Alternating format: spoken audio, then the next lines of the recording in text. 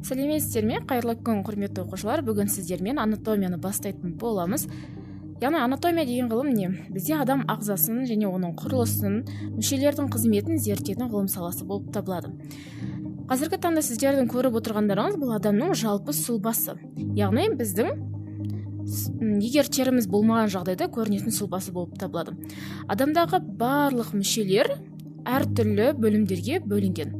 Соның ішінде егер қарайтын болсақ, бізде яғни системалар, мынау адамның ішіндегі тірек қимыл жүйесі деп аталады. Ол бізде сүйек, яғни сүйектен және бұлшық еттен тұрады. Бұл адамдағы сүйек қаңқа. Келесі сіздерден көріп отырған мүшелеріңіз бұл бұлшық еттер. Адамдағы әртүрлі іс-қимылға, яғни қозғалысқа қабілетті және оны әртүрлі қозғалысқа келтіре алатын мүше болып табылады. Келесі көріп отырғандарыңыз жүйке жүйесі. Жүйке жүйесінің өзі екі түрлі бөлімнен тұрады. Негізгі орталық жүйке жүйесі, яғни ол бізде ми болып табылады, және келесі шеткі жүйке жүйелері. Яғни жүйке түйіндері болуы мүмкін, немесе нейрондар, нейронның ұштары. Келесі сіздердің көріп тұрған системаларыңыз бұл бізде лимфа, яғни адамның иммундық жүйесіне жауап беретін мүшелердің бөлігі. Лимфа түйіндерінен және лимфаның қан тамырлары, ал лимфа қан тамырлардың бойымен лимфа сұйықтығы ағады. Келесі сіздердің көріп тұрғандарыңыз бұл біздегі ең негізгі мүшелердің бірі қан айналым жүйесі, жүрек қан тамырлар. Негізгі жүрек қан тамырлардың мүшесі ол бізде жүректің өзі адамның кеуде қуысында орналасқан және адамды толықтай бойлап жататын әртүрлі қан тамырлар, яғни вена, капилляр, артерия деген секілді қан тамырлар жүйесі.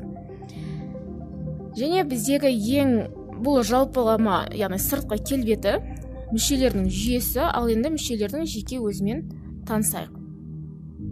Сіздердің көріп тұрған мүшелеріңіз, яғни жеке-жеке тоқталатын болсақ, бұл жаңа айтып өткендей ми. Адам миы, яғни үлкен екі бөліктен тұрады, ал оларға жеке-жеке жүйке жүйесіне келген кезде тоқталып өтеміз. Келесі бізде бауыр. Ас қорыту мүшелерінің ішіндегі ең үлкен без. ОБТ-да дәл осылай сұралады, ас қорытудың ішіндегі ең үлкен без ол бауыр деп келеді. Келесі ішектер. Яғни адамда үш түрлі ішек бар. Тоқ ішек, тік ішек және аш ішек. Және ас қорытудағы негізгі мүшелердің бірі асқазан. Мынау бізде асқазан, яғни бұны қарын немесе асқазан деп атайды.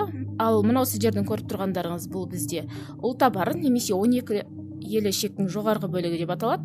Ал ұзыннан бойы орналасқан өңеш. Бұл бізде көріп тұрғандарыңыз тоқ ішек. Мына тоқ ішек өте қалың ішектердің бірі, ал мына жерде шығып тұрған құрт тәрізді өсінді аппендикс деп аталады. Ал мынау төменгі қабаты тік ішек. Және тік ішек анал тесігімен аяқталады. Келесі бөліп шығару немесе зәр шығару мүшесі деп аталады. Ол бізде бүйрек, яғни фильтрация қызметін атқарады. Және келесі жүрек.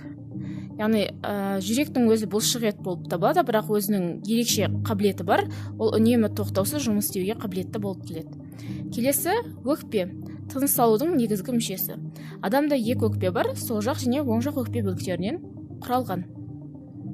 Және келесі бізде мынау көріп тұрғандарыңыз бұл не деп ойлауларыңыз мүмкін. Негізі қуық, яғни үлкендеу болып көрінеді. Қуықтың өзі бұлшық етті қалың қабатты болып келеді. Сыйымдылығы 500 мл дейін барады. Және келесі бізде бұл сүт бездері. Аналықтағы және аналық жыныс мүшелері, яғни жыныс мүшелерінің өзі жеке өтіледі, аталық және аналық болып. Және сезім мүшелерінің ішінде көз көрсетілген, ал сезім мүшелеріне жеке-жеке сабаққа келген кезде тоқталып өтетін боламыз.